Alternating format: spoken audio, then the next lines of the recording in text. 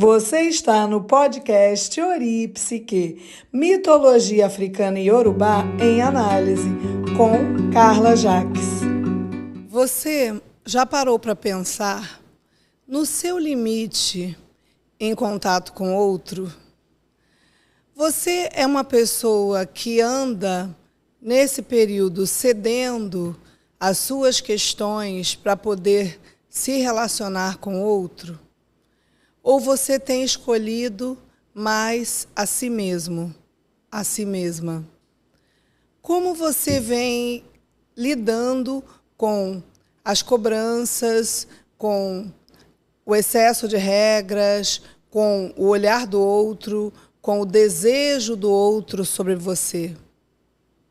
Você vem conseguindo fazer uma mediação disso? Ou é dessas pessoas que, de repente, param e só se afastam? É sobre isso que vamos falar hoje. Hoje nós vamos trazer, na sequência que vemos fazendo, que estamos fazendo, né, nessa caminhada acerca dos orixás que estão mais presentes nessa nossa diáspora brasileira, nós vamos falar de Euá.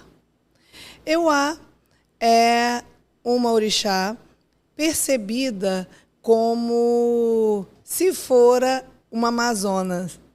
E, na verdade, se podemos dizer que a Amazônia pode ser se baseada em Euá, né? O processo até contrário. Mas a mitologia independe da outra. Mas vamos lá, ela é percebida como uma guerreira, como um ser solitário ou que escolhe a solitude. Acredito que é mais um ser que escolhe, acredito e sei, a solitude. Há um processo de escolha de si mesmo, né? Ela olha para si, percebe suas questões, tem essa capacidade de penetrar naquilo que é invisível. Então, ela é associada à neblina. E a neblina, ela encobre muito de nós. Você aqui já caminhou por uma estrada, eu já passei por isso algumas vezes em São Paulo. E aí uma vez na estrada, acho que na Dutra, outra vez na Castelo. E aí dirigindo e começa aquela neblina. E me lembro de uma certa vez que estávamos, e aí realmente foi muito intensa e todos os carros começaram a ter que parar. E a gente tinha que achar um lugar para parar. E aí paramos num acostamento que tinha aqueles restaurantes de estrada, né? E ficamos ali esperando. Nós e muitas outras pessoas. Por quê? Porque aquilo que encobre, né? Que é leve, sutil, suave, né? Essa água em estado vaporizado e tal, não nos permite enxergar. Então, essa imagem mítica de Euá fala daquilo que não enxergamos muito bem. Está ali na nossa frente, está ali, pode ser visível a olho nu, mas alguma coisa, algum véu, alguma ilusão nos impede de ver. E aí me conta, escreve aqui, o que na sua vida pode estar sendo ou pode estar te impedindo de enxergar coisas sobre você, sobre sua realidade, sobre seus sonhos, sobre seus projetos. Muitos de nós, na verdade todos nós, obviamente, temos essas camadas, esse véu, né? Aquilo que está escondido de nós mesmos. Então, ela vem nos lembrar da importância de olhar para o que está encoberto e também, de algumas vezes, só deixar encoberto mesmo. Até porque nem todas as realidades precisam ser apresentadas, né? Isso me lembra também alguns processos terapêuticos daqueles que o indivíduo é jogado, atirado a olhar para o seu próprio inconsciente. onde tem uma amiga minha que brinca, quebra a couraça com o joelho, vai e bate em cima do indivíduo, né, para que ele veja tudo. É óbvio que isso pode fazer mal. Nem todo mundo está preparado para tirar esse véu da ilusão. Muitas vezes esse véu suave nos protege. Então, eu acho que percebo que ela nos fala das possibilidades desse transitar entre o que eu devo ver sobre mim e o que eu não devo ver. O que eu devo ver sobre a minha realidade e o que eu não devo ver. Né? Nem sempre a gente está preparado para uma grande revelação. Né? Por exemplo, existem situações, relações em família, em casamentos, namoros, no trabalho, em que a pessoa acaba entrando em negação. É como se ela preferisse não ver, né? Preferisse, mas ela não prefere. Muitas vezes isso não é consciente. Muitas vezes isso é o quê? Uma proteção, uma defesa. Então, ela também nos fala dessa defesa, né? O quanto que nós precisamos de algumas defesas até para sobrevivermos, para termos um equilíbrio psíquico, para termos uma capacidade de nos adaptarmos à realidade, à vida. Então, nem tudo também precisa ser revelado. Tem coisas que precisam ficar ali, na névoa. E aí eu me lembrei de uma história. Essa história é um Itã, aonde certa vez Xangô vê Euá, se encontra com ela, a visualiza, e aí ele se encanta com ela, com a sua beleza, sua postura, seu mistério, seu jeito, meio que reservado, podemos dizer, meio que misterioso mesmo. E aí, ele então a deseja, é tomado por esse desejo e busca ter com ela, busca conhecê-la, busca, né, faz aí a corte. E ela, nesse processo, escolhe a si mesma. Ela não escolhe a ele e não cede ao desejo do outro. Então, olhem que sabedoria encoberta aí. Quantas vezes você faz coisas por conta do desejo do outro? Né? Tem coisas pequenas, tá? Mas de coisa pequena em pequena, isso vai acumulando. Tem coisas grandes. De repente, você escolhe um outro caminho na sua vida porque uma outra pessoa, assim, te indicou, te decidiu, e você não conseguiu olhar para si e se escolher. Então, neste caso, nós precisamos escolher a nós mesmos, né? Esse é o chamado. E aí o que ela faz? Ela não cede e ela simplesmente vai embora, né? Ela vai para a mata, e nessa mata ela se abriga com Oxóssi. Então, vejam, ela não se esconde na mata. A ideia é que ela, na verdade, se encontra na mata. E ela também é essa caçadora, né, esse ser relacionado à mata, porque ela foge para essa mata. E só que é uma fuga ou é uma escolha? Na verdade, é uma escolha. E aí essa virgindade, que é atribuída a ela também a questão da virgindade. E o que é essa virgindade? Nesse caso, a virgindade está nos falando da escolha por estarmos conosco.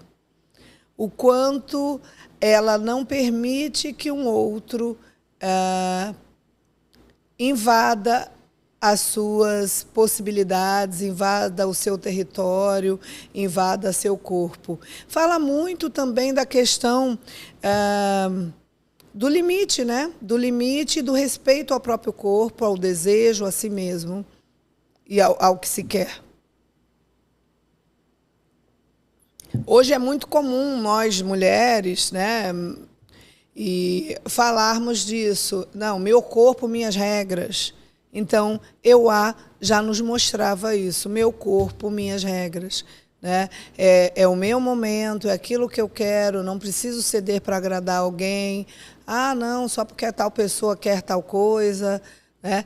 Tanto no campo sexual, no campo da intimidade, né? Não preciso ceder porque o outro tem desejo naquele momento e eu não, quanto no campo da vida privada e da vida pública, né? Não preciso, vou ter que ficar cedendo pelo outro. Só que aí eu volto a dizer que isso também tem um meio termo, né? Nós vivemos em sociedade.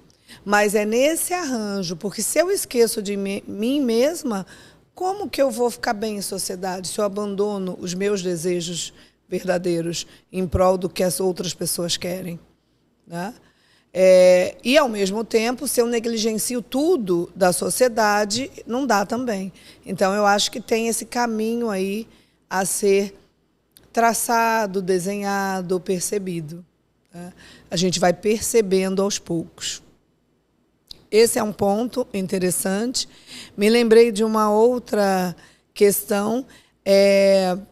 Em alguns itãs, né, aqui da diáspora, ela é entendida como filha de Nanã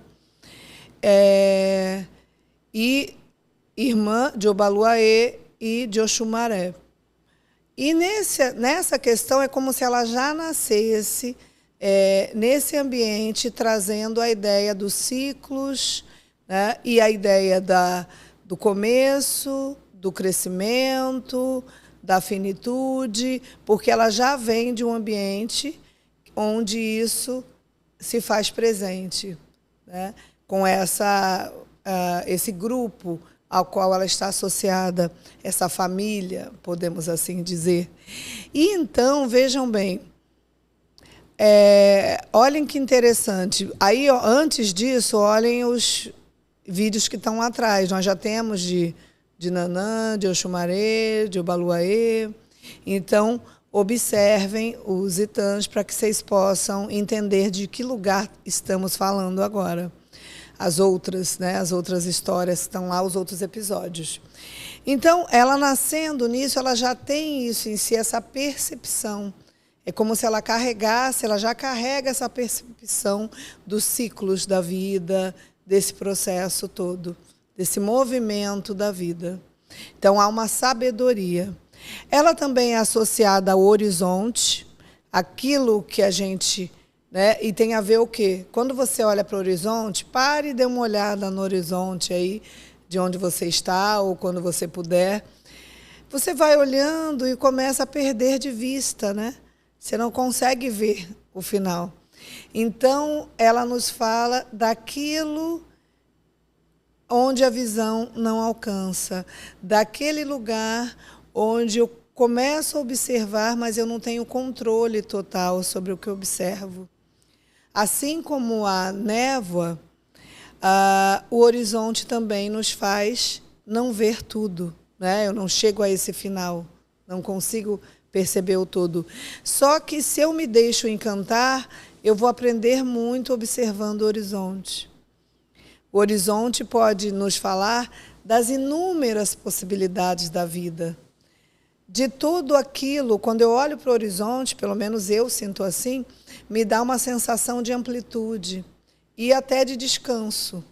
E de perceber o que está por vir, o que eu não sei. Então, ela também já nos mostrando sobre esse não saber, sobre aquilo que eu não sei, sobre a minha vida, sobre mim, sobre o outro, sobre o que o futuro me revela, o que me espera no dia de amanhã. E eu acredito que essa é uma verdadeira beleza da vida. Olhar para a vida e não saber o que nos espera. Eu me lembrei agora que há muitos anos, eu fazia faculdade de psicologia, né? E aí, conversando com uma pessoa, tal, ele me falou, começou a falar de astrologia para mim, e estava com foco nisso, e conversando, tal. Conversei e falei, olha, eu não acredito nisso, né? Até porque eu estou na psicologia, na ciência, estudando, não acredito e tal. Falei assim. E até porque tem várias pessoas que nasceram no mesmo período que eu, que são muito diferentes, que são consideradas do mesmo signo e diferentes.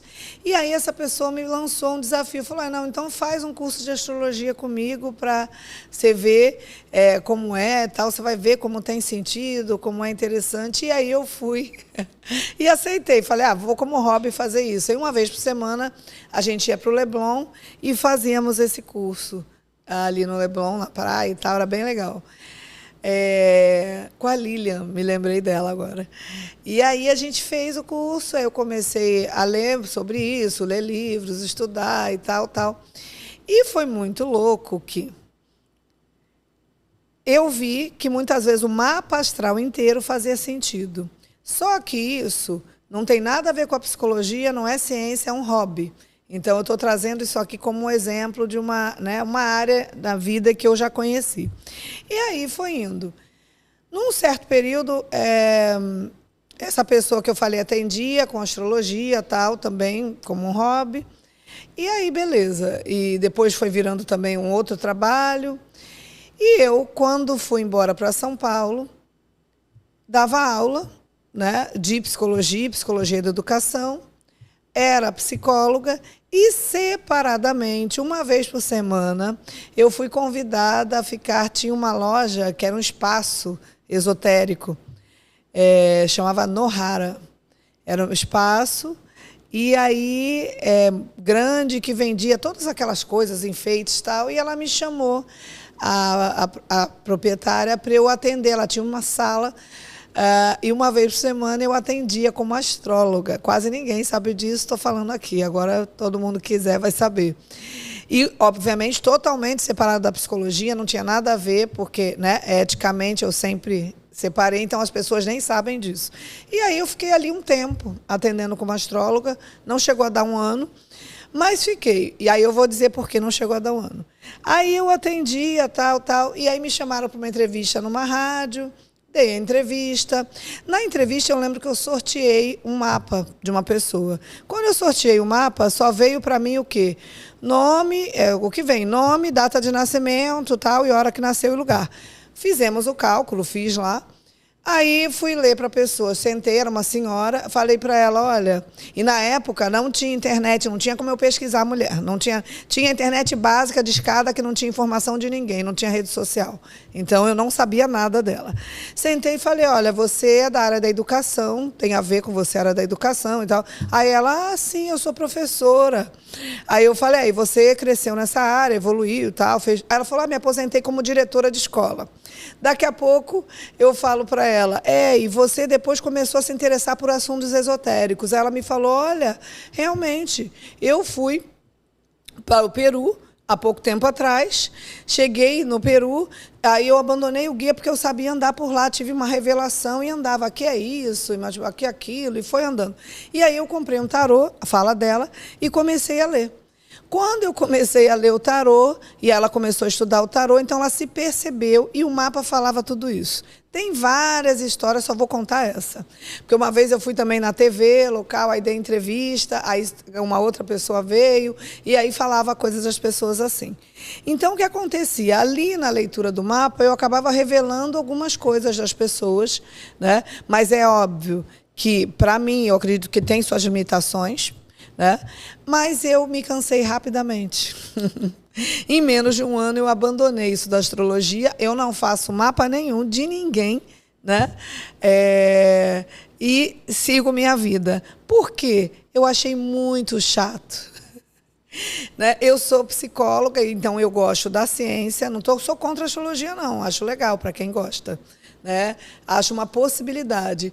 Mas eu achava chato olhar coisas da pessoa e já saber várias coisas. Tão bom o encontro com o outro, ir descobrindo ela e contando a história, né? E é óbvio que esse mapa mostra tendências, ele não vai nos rascunhar, mas ele mostra uma tendência mesmo. Pelo menos, e foram muitos que a gente acabou vendo. Só que eu, Carla, não gosto, não me afinizo a isso. Porque eu acho lindo saber dos mistérios da vida, dos mistérios do ser humano e ter essa névoa e poder ir desvelando devagarzinho. né? Então, achei legal contar essa história para vocês, porque eu acho que fala um pouco desse horizonte, daquilo que eu não vejo, e do meu gosto pessoal por não ver, por ir descobrindo.